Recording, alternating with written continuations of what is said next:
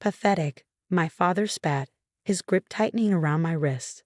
You can barely afford rent, and you think you can manage Grandpa's estate?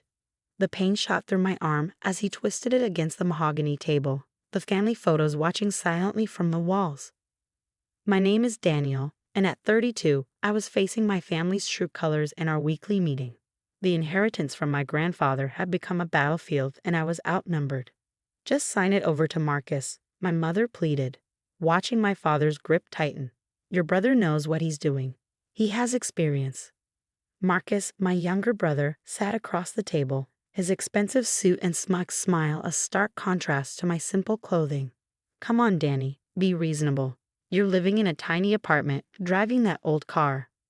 What do you know about managing millions?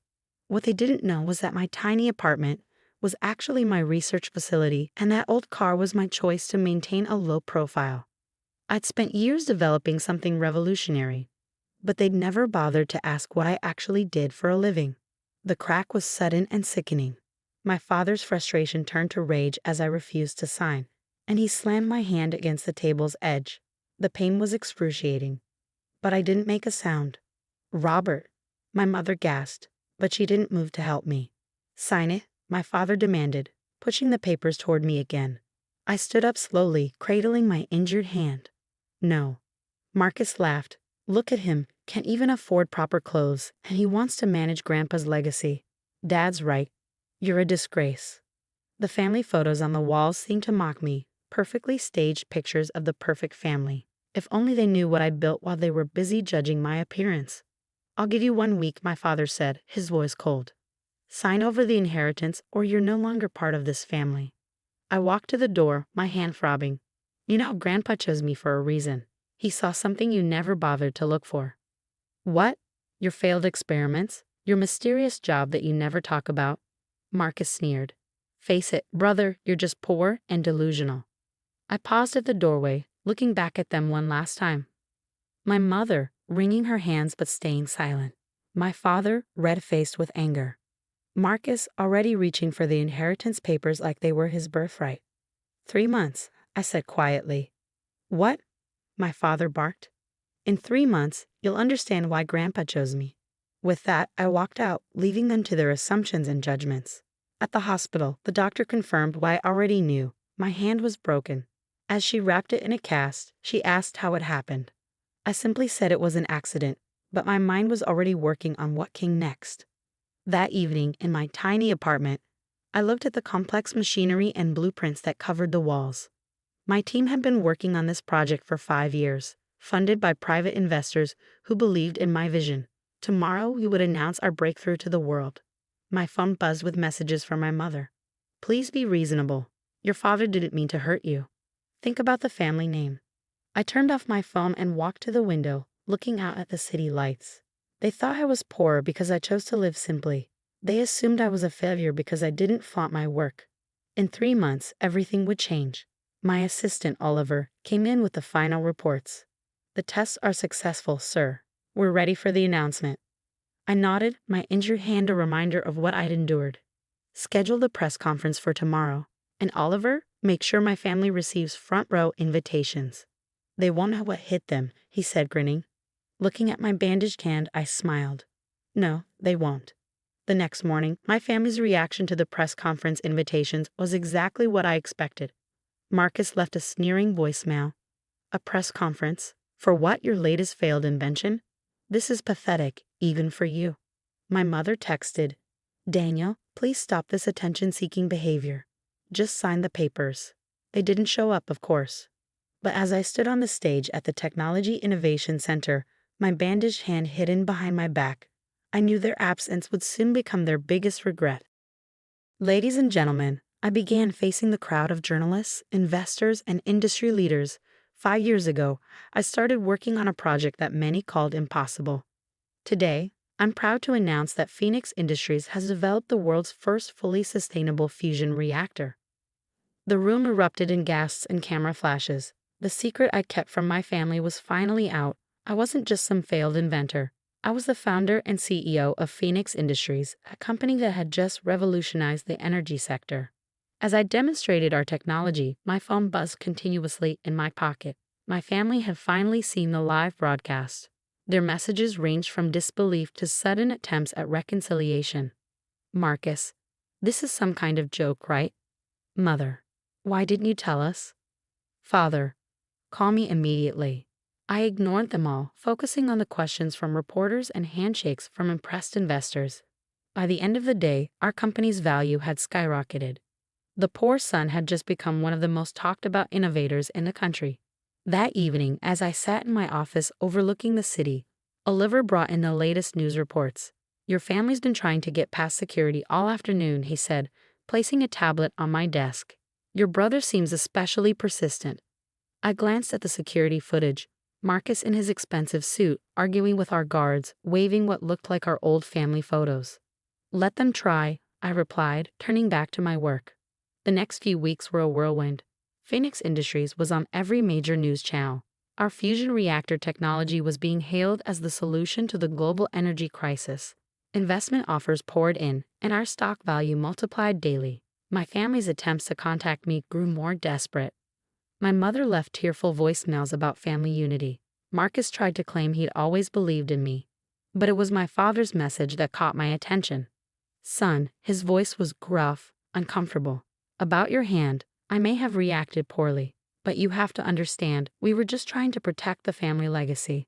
Now that we know about your success, perhaps we can discuss a fresh start. I looked at my hand, still in its cast. The family legacy they were so desperate to protect was nothing compared to what I'd built. Their narrow vision of success, fancy clothes, expensive cars, showing off wealth, had blinded them to real achievement. Oliver knocked on my door, interrupting my thoughts. Sir, the helicopter's ready for the Tokyo meeting. I smiled, remembering my promise. Change of plans, Oliver. Take me to my parents' house first. Are you sure? He asked, knowing the full story. It's been almost 3 months, I replied. Time to keep my word. The sound of helicopter blades cutting through the air must have drawn every neighbor's attention. As we descended onto the perfectly manicured lawn of my parents' estate, I could see them rushing out, father, mother, and Marcus, all staring up in disbelief. Through the window, I watched their expressions change from shock to recognition as they saw me in the cockpit. The Phoenix Industries logo on the helicopter's side gleamed in the sunlight, a stark contrast to the old car they'd mocked just months ago. Ready? Oliver asked as we touched down. I looked at my hand, finally free from its cast, but still bearing the marks of that day. More than ready. The time had come to show them exactly why Grandpa had chosen me to carry on his legacy. Not because I knew how to flaunt wealth, but because I knew how to create it. As I stepped out of the helicopter, the wind whipping across the lawn, my family stood frozen. Their eyes darted between my face, the helicopter, and the Phoenix Industries logo. My father's usual commanding presence seemed to shrink with each step I took toward them. Daniel, my mother whispered, reaching out, but stopping short of touching me. We've been trying to reach you. 3 months, I said calmly, straightening my jacket, just like I promised. Marcus stepped forward, his designer suit no longer carrying the same intimidating effect. Brother, we need to talk. We've all been worried. Worried? I cut him off, my voice level but firm. Like when you were worried about my broken hand? Or worried about my failed experiments? My father cleared his throat, his eyes fixed on the helicopter. Son, we may have misjudged. May have. I held up my healed but scared hand. You broke my hand because I wouldn't sign away my inheritance. An inheritance that's worth barely a fraction of what I've built on my home. The neighborhood had come alive with spectators. Phones were recording, people whispered behind their hands. The perfect family image they'd worked so hard to maintain was crumbling. Please, my mother pleaded, come inside. We can discuss this privately. I shook my head. No more private family meetings. No more hiding the truth. You wanted everyone to see me as the poor, failed son. Now everyone can see exactly who I am. Oliver approached with a tablet, displaying our company's latest valuation. I handed it to my father, watching his face pale as he read the numbers. This is billions, he stammered. That's right, I said. The son you call poor just revolutionized the energy industry, the inheritance you were so desperate to protect. I make that much in a single day now. Marcus tried to smile, to play it casual. Danny, we're family. Surely we can. Family? I laughed, but there was no humor in it. Family doesn't break bones over money. Family doesn't mock and belittle. Family supports each other. I pulled out an envelope and handed it to my father. His hands trembled as he opened it. "What's this?" he asked. "The inheritance papers," I replied, "signed and notarized. I'm giving Marcus what he wanted so badly. He can have Grandpa's money." They stared at me in shock. "But why?" my mother asked. "Because Grandpa's real legacy wasn't money. It was his belief in innovation, in building something meaningful. He saw that in me, even when you couldn't. I don't need his money. I've built something far more valuable." Oliver signaled that we needed to leave for Tokyo. I turned back toward the helicopter, then paused. "You know what the funny thing is?" I said, looking back at them. "If you bothered to ask what I was working on, if you'd shown any interest in my failed experiments, you could have been part of this.